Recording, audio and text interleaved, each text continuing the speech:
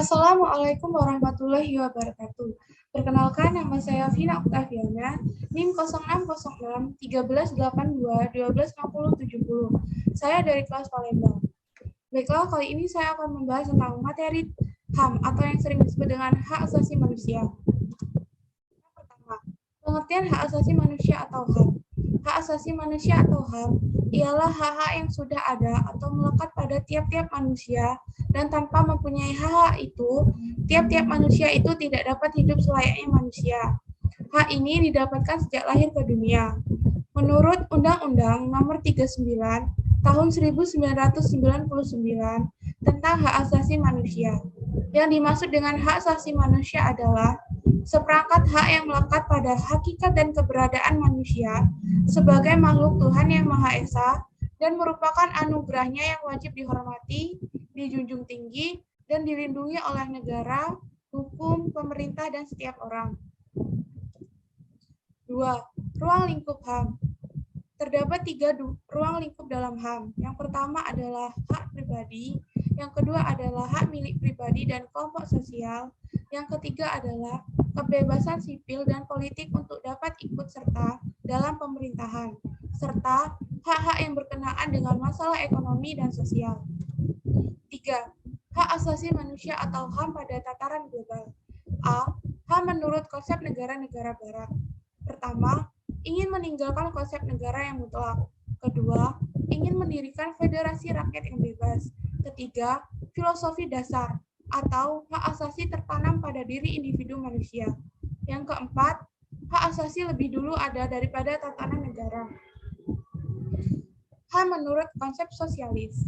Yang pertama, hak asasi hilang dari individu dan terintegrasi dalam masyarakat. Kedua, hak asasi tidak ada sebelum negara ada. Ketiga, negara berhak membatasi hak asasi manusia apabila situasi menghendaki. HAM menurut konsep bangsa-bangsa Asia dan Afrika. Pertama, tidak boleh bertentangan ajaran agama sesuai dengan kodratnya. Kedua, masyarakat sebagai keluarga besar, artinya penghormatan utama terhadap kepala keluarga. Ketiga, individu tunduk kepada kepala adat yang menyangkut tugas dan kewajiban sebagai anggota masyarakat. HAM menurut konsep PBB. Universal Declaration of Human Rights menyatakan bahwa setiap orang mempunyai hak untuk hidup, hak untuk diakui kepribadiannya menurut hukum, hak untuk mendapat jaminan hukum dalam perkara pidana, hak untuk masuk dan keluar wilayah suatu negara, hak untuk mendapatkan hak milik atas benda, hak untuk bebas mengutarakan pikiran dan perasaan, hak untuk bebas memeluk agama, hak untuk mendapatkan pekerjaan, dan yang terakhir adalah hak untuk berdagang. 4. Penerapan HAM dalam kehidupan sehari-hari. Penerapan nilai-nilai utama untuk saling menghargai dalam hak asasi manusia ini sangat penting untuk diterapkan dalam kehidupan sehari-hari. Jika dilihat pada kehidupan sehari-hari, untuk contoh hak asasi manusia seperti kebebasan beragama dan berpikir, artinya manusia itu berhak untuk memeluk agama apapun dan juga berhak atas kebebasan berpikir, sehingga tidak bisa diatur-atur oleh siapapun. Hak atas privasi artinya setiap manusia memiliki hak untuk dijaga privasinya, untuk tidak disebarluaskan. Hak atas meningkatkan kualitas hidup artinya setiap manusia itu berhak ikut serta dalam perekonomian, baik kerja, para pedagang, dan lain sebagainya.